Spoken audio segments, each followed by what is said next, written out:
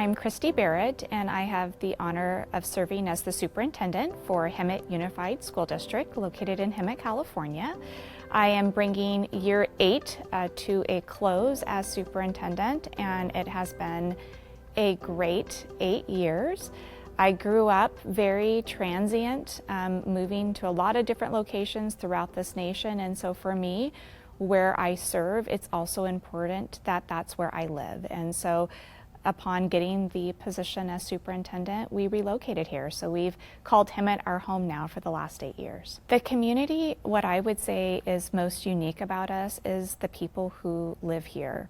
Again, I've had the opportunity to live in many places, and I've never lived somewhere where the individuals in the community, the leaders specifically, are so willing to come together for the better good. And they're willing to do that without a lot of prodding, if you will. They just simply want to make sure that our valley is the very best that it can possibly be. And there are a lot of people who are willing to get their hands dirty, if you will, to do the great work.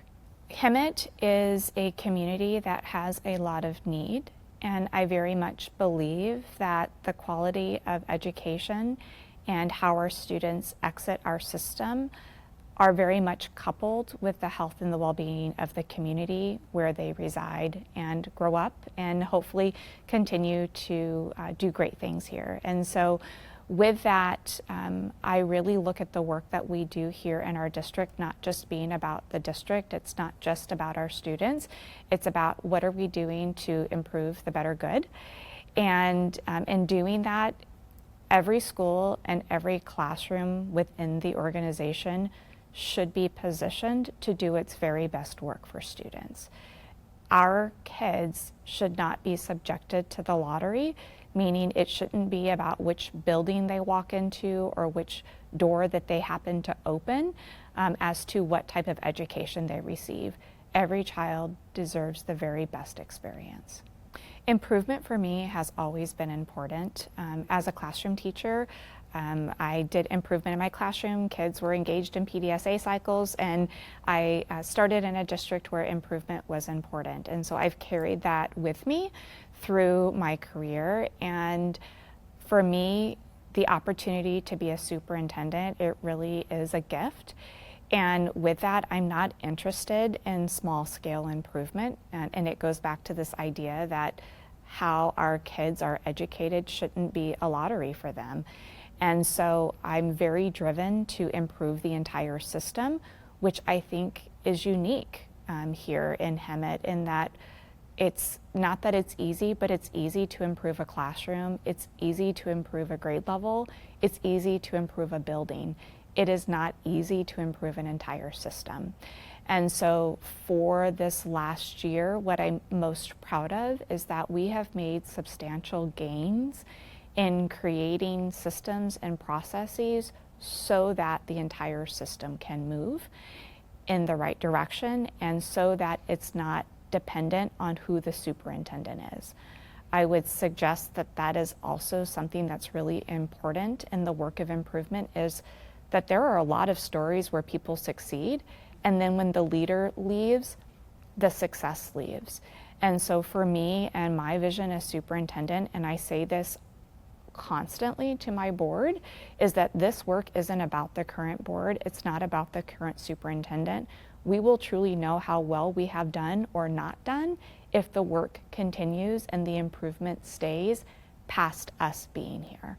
And so I would say that this past year I can finally point to artifacts that would suggest that now we're getting to the deep system level improvement that is not person or people dependent. Of the work that we've done, I don't think we yet know what is going to be most impactful moving forward. And what I mean by that is we have momentum now. The flywheel is turning, and we're not there yet. And what I mean by that is change happens top down, bottom up. And this year we've done a really great job of solidifying what's happening in a more top-down orientation, meaning that We have been very inclusive of all leaders in the organization, both classified and certificated, to become improvers, if you will, and to have the skill set to do that. And that's not enough, because you can't lead change only from the top up, and that those closest to the work must also lead change. And so this year, what is also something that I'm exceptionally proud of is that we've now started building the capacity from bottom up. And that is, in my mind, when you begin to make progress toward the ideal state, and you're really able to have confidence in knowing that change will happen, and it will be the right change, it'll be positive change. And again, it's because it's top down and it's bottom up. And so all of that to say, this year we just started on the classroom improvement work, which is the bottom up piece. Again, our teachers are closest to our kids, and so how are we preparing them to be improvers with the individual students that they serve? And so it's that combination of having leaders prepared to lead the work while also having staff prepared to do the work that we will make the most gains. And so I'm excited to see how that will evolve as we go into next school year. In the spirit of improvement, we've tested very small scale this year, and so we have pockets of where people are doing the improvement work at the bottom up, if you will. And so next year we will be scaling that so that more grade levels and teachers are engaged, and it won't be probably until the subsequent year that we would be, I would say, more full scale. So for example, right now at one of our elementary sites, we have an entire first grade team that is engaged in PDSA cycles and doing that with their students. And I recently visited their classrooms, and the students were not there. I can honestly say I don't think I've ever been in a more powerful classroom setting where the kids and the teacher didn't have to be present because the walls talked. There was evidence that kids, first grade students, are actively engaged in PDSA cycles, and it's exceptional. And we also have high school teachers that have taken on the work, and so there's a spackling, if you will, throughout. But again, it's behavior comes before belief. And so there always has to be people who are early adopters, people who are willing to go first. And it's through that that others begin to have belief, if you will, and that the work truly is meaningful and will make a difference. And so I would suggest that that's where we are in that bottom-up initiative. One of the other shifts in practice that we did this year to assist with this bottom-up is that we worked in coordination with our Teachers Association to change our improvement coach model. So an improvement coach is a teacher on special assignment that is assigned to a particular school to help with improving instruction in the classroom, if you will. That model no longer works for us because we understand that what we're doing isn't effective in the way that we would want it to be. So how do we change our resources and our strategy to be aligned to what we know works? And so we know that our improvement methodology works. And so we now have improvement coaches instead of instructional coaches at each school site. And so that, coupled with the early adopters, will help us get synergy, if you will, and to help test and scale the work of improvement within classrooms, grade levels, and department teams. The huddle is a strategy that was put in place specific to assist with needs related to safety. And so our huddles are protected time for safety incidents. And it is also very tightly coupled to the work of improvement because it's a space of learning. And so with that, here in our school system, we have high rates of behavior incidents. And we know that those things happen for a variety of reasons. I want to be really thoughtful in that behavior doesn't happen because we have bad kids. It doesn't happen because we have bad adults. It happens for a lot of reasons. And we have to seek to understand with every incident why that particular incident happened, and are there themes or trends associated with that, so that we can build systems and learn around those issues so that they don't happen again. With that being said, the types of incidents that we are very focused on right now are acts of aggression. And the reason for that is there are many ways that students can be harmed. They can be physically harmed, they can be harmed psychologically.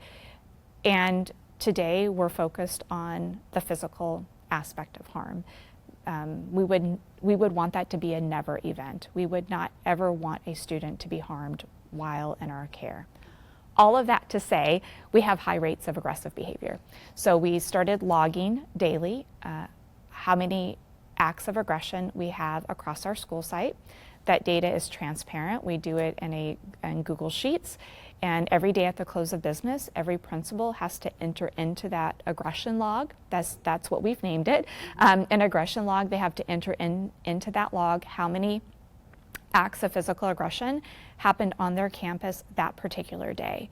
And we've defined aggression to be any act of aggression between 2 or more students with the intent to harm. It does not have to lead to a suspension or other types of disciplinary action. It's if there has been admin intervention along with the act of aggression, that's what makes it onto the log. That happens close of business every day. The following morning, cabinet reviews that data prior to going into the huddle, and then all leaders at our school sites, specifically our principals and our APs, along with a handful of directors in cabinet, including myself, log into this huddle every morning at 7:45.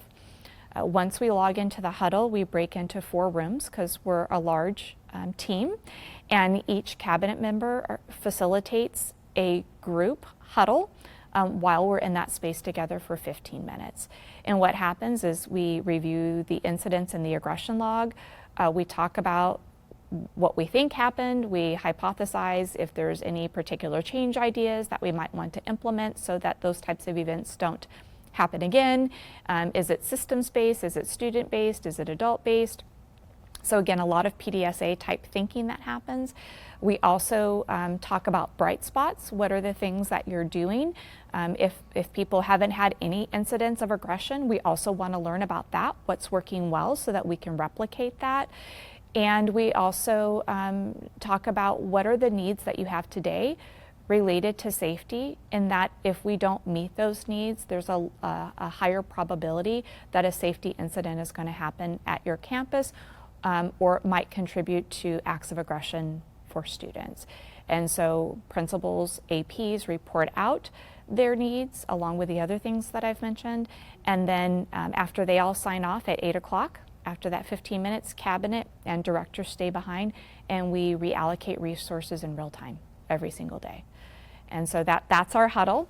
Our why is specific to safety, and there's a lot of PDSA type discussion that happens, and there's healthy accountability between cabinet and those that are in the huddle. Our huddles are 15-minute meetings that are held daily via Zoom, and the individuals that attend that are cabinet, myself, principals, assistant principals, and then a handful of directors who oversee some of the direct resources that our school sites might need. For example, security, human resources, and what have you.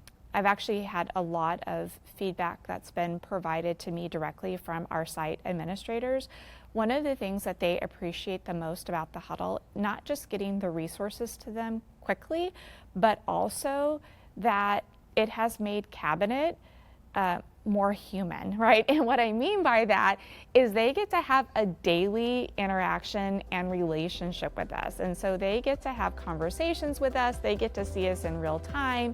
And so an added benefit of the huddle is simply the connections.